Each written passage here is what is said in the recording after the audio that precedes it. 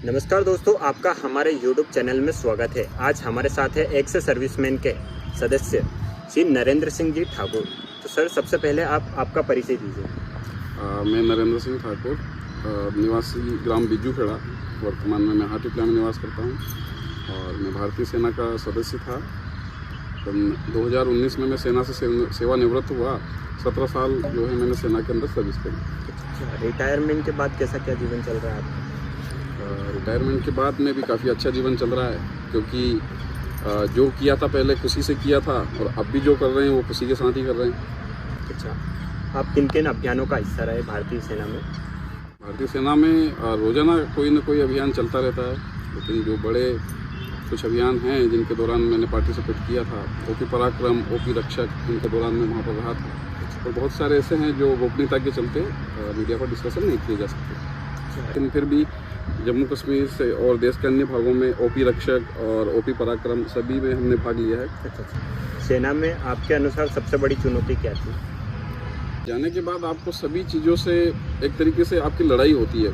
मौसम के साथ आपकी लड़ाई होती है, परिस्थितियों के साथ आपकी लड़ाई रहती है। तो अलग अलग जगह पर अलग अलग प्रकार के चैलेंजेस लाइफ में रहते हैं और वहाँ रहकर वो आपने फेस करना है। आपने सेना में रहकर क्या सीखा? सेना में रहकर, जैसे सेना का मोटो ही होता है ईमानदारी, वफादारी और इंसानियत, तो वो एक सैनिक के खून के अंदर रच बस जाता है। एक सैनिक कभी भी सिविलियन नहीं बन पाता है और एक सैनिक हमेशा सैनिक का ही रूप लेकर और अपना जीवन यापन करता है। भारतीय सेना में आपने कितने साल सेवा की? मैंने भारतीय सेना में 17 साल सर्विस करी और मैं रेजिमेंट ऑफ आर्टिलरी का सदस्य हूँ। और यहाँ से गांव बिज्जूखेड़ा, जो मेरा मूल निवास हाटीप्ला से नज़दीक बागली तहसील के अंदर, 12वीं के बाद में जब मैं कॉलेज के लिए गया और महू BRO से मैं भर्ती हुआ, रेजिमेंट ऑफ आर्टिलरी में मुझे ट्रेनिंग करने का सौभाग्य प्राप्त हुआ और वहाँ से फिर मैं अपनी बटालियन को चला गया। इस दौरान मैंने 17 साल सेना में सेवा करने के बाद में सेवानिवृत्त होकर मैं अपने घर आया। आपको सेना में जाने का ख्याल कैसे आया? सेना में जाने का ख्याल, वैसे अमूमन भारत देश में जितने भी नागरिक हैं उनके सबके दिल में तकरीबन 2 सपने होते हैं। एक तो सेना में भर्ती होना और एक क्रिकेटर बनना।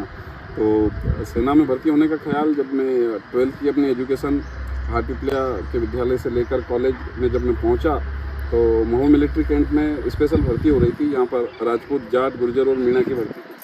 तो इसके दौरान मैं वहाँ पर गया और भर्ती में शामिल हुआ और मेरिट लिस्ट में आया। तो इस प्रकार से सेना में भर्ती हुआ। आप देश की सुरक्षा के लिए क्या योगदान देना चाहते हैं?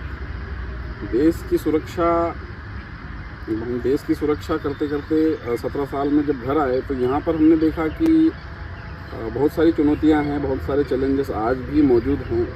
उन सब चीज़ों को लेकर काफ़ी सारे विज़न और आइडियाज़ रहते हैं, लेकिन अब उनको एट ए टाइम आप इम्प्लीमेंट कर पाएंगे नहीं कर पाएंगे। तो बहुत सारी चीज़ें हैं। अभी आप जिस जीवन में रह रहे हैं उसके मुताबिक आपको काम करना।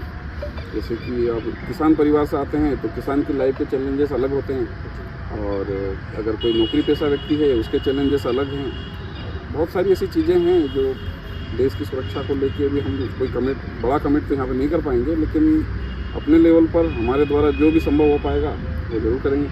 अभी जो युवा तैयारी कर रहे हैं उनके लिए क्या कहना चाहते हैं?